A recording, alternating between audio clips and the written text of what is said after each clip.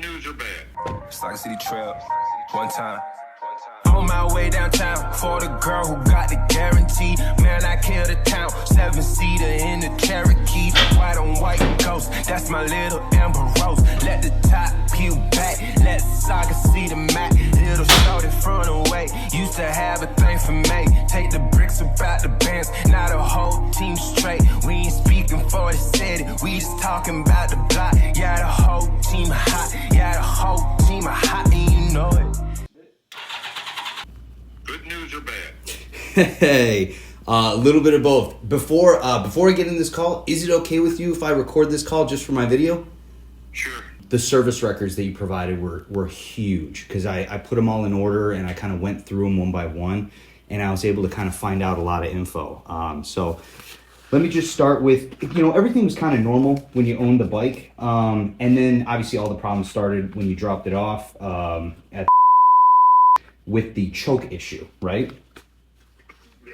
They did not really replace much. The only thing that I have an invoice here for that you have is the gasket that goes on the bottom of the carburetors, the float bowl. Because when it came back the second time, they did the same thing. So it's like if you cleaned it and you're the one that did it and you know that the jets are clean and clear and then you're doing the same procedure, they just didn't really do it right. You know what I mean? They were looking in the wrong place. They should have checked a couple different things. So the fact that they didn't replace any of like the gaskets that are for the intake plenum or the ones that actually connected the intake manifold to the engine is really odd because I went through the service manual for the bike as well, and it states right in the service manual that every time you do it, you have to replace them. And they're not even expensive. It's just there's no invoice at all for those gaskets. And they put RTV. I don't know if you remember when we were looking at the bike, they kind of smeared that RTV at the base plate where they bolted on. Right. You were showing me on the left-hand side of the bike, that rear carb. Yeah. So my guess is those gaskets were kind of just with the mileage and the age of the bike, kind of just normally on their way out. If you do have a vacuum leak on your carbs, if you're ignoring that and you're just doing a basic like carb flush and clean and put it back and you're following standard procedure like maybe one of these younger guys you were saying was doing it, the standard procedure after that is to vacuum balance the carbs for each cylinder. And the problem is if you have an existing vacuum leak from the actual carburetor assembly or the plenums or wherever, when you go ahead and balance the carbs, what you're actually doing is overcompensating the carbs that are leaking for air that basically shouldn't even be there in the first place, which basically means you're making that carb run even richer because the carb it's dumping the correct amount of fuel, but you're manually over-richening the mixture to compensate for the vacuum because there's a vacuum leak that you didn't realize, which would then cause that bike to misfire or fire on like 3 or 2 cylinders and basically sound like garbage, which kind of sounded to me like what you were telling me from when it did run. So I guess let me, I'll send you up an estimate. Get it all done in one shot. Okay. Your video, whatever you do, Okay. all in one shot. Let me write up this estimate, send it over to them, and we'll get going from there. So, to sum it all up, this customer has been told that his carburetors have had to have been rebuilt twice now. And I think his carburetors need to be rebuilt. So before we, again, suggest anything to anybody ever, we should probably confirm it. But definitely, if 2 other shops have done the exact same, or one other shop, but it's been twice now, I don't want to get into it. It's just, I want to make sure, like damn sure, that that's what's going on with this thing before I recommend that. So here's how we're going to test it. Let me just explain actually how we got here. Bike wasn't running, wouldn't even start over. Sat for 3 years, did the same thing as the Harley. Flushed the gas out, pumped fresh gas in, got it to run on like choke. But it wouldn't run off of choke. And then it just stopped running altogether. So it starts and it turns over and it'll run for like a second, maybe 2, and then it shuts off. I think the carburetors are the issue here. But We're going to test everything around them to make sure that it's not that before we start pulling them out, because it's such a bear of a job on a bike like this.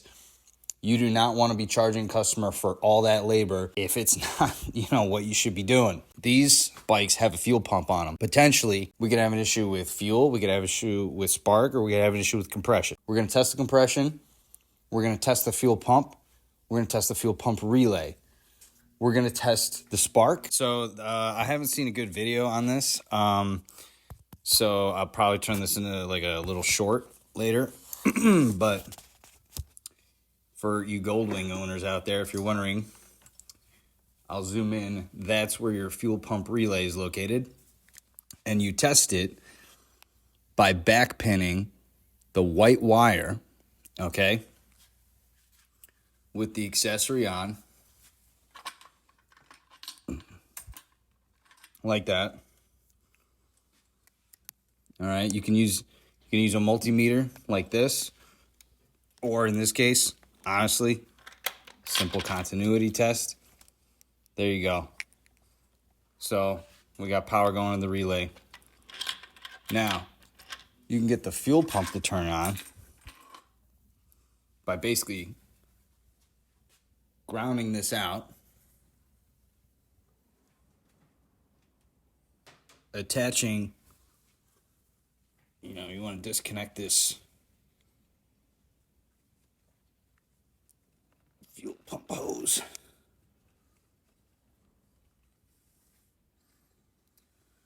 Oh, for Christ's sake. There we go.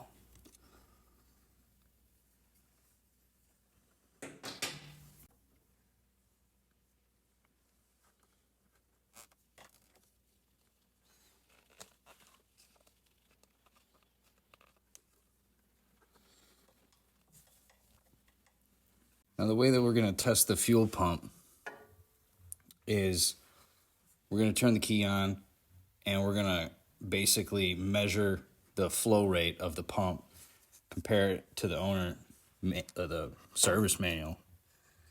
Compared to the service manual, and that's how you can tell if your pump's bad, because we know we got a good relay. So the other thing is, if we leave this plugged in, this should actually just pump when the key turns on. Now, this is an important thing to note. This fuel pump, it works. It has a pressure. It has a pressure. It has a pressure switch inside. So what it does is it'll fill up the float bowls of the carbs, and then once it detects that a certain pressure has been reached, then it shuts off. If your carbs are full, when you turn the ignition on, you might not hear this pump turn on, which might lead you to believe that your pump is bad when really it works. So that's kind of the issue we're having. Sometimes it turns on, sometimes it doesn't turn on. If I was driving this bike every day, I would know that there was good clean gas in there. So it would be weird that, the pump is not turning on and the bike's not starting. In this case, this thing sat for 3 years. So for the pump to not be turning on, it's not like it's not weird. There could just be old, or even the gas that was pumped in there could just be old gas inside there. Those bowls could be full, and it's just not getting fuel from the carbs. So we're going to go ahead and test that. So let's route this cable a little bit better. Hopefully you can see that. And then I'm going to put this in here. I need to go on there. Now, I had this disconnected because I was doing a compression test, but we're going to reconnect the fuel pump now. Make sure that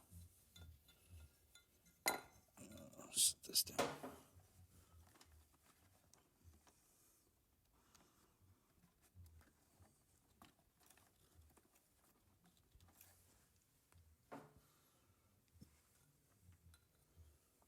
All right, we reconnected the fuel pump.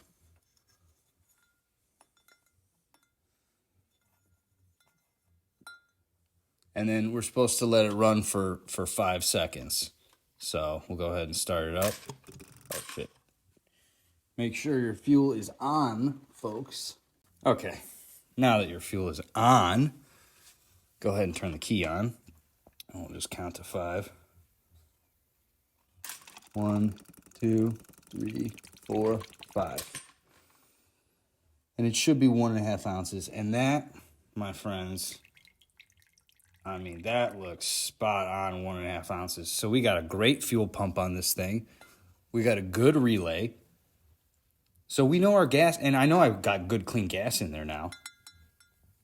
Okay, so we know we got good clean gas in there. We know we got a good fuel pump relay that's turning on a great running fuel pump, which is going to the carburetors, and somehow, possibly, is not making it to the engine. And how we're going to figure out if it is not making it to the engine is by testing if we got spark and compression. So I'm not going to bore you with that. I did a compression test. It was like 150 PSI, which is excellent.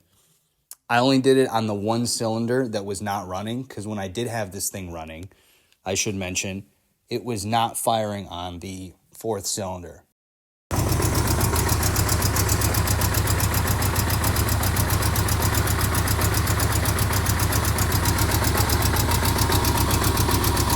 I really think these carbs are just really messed up.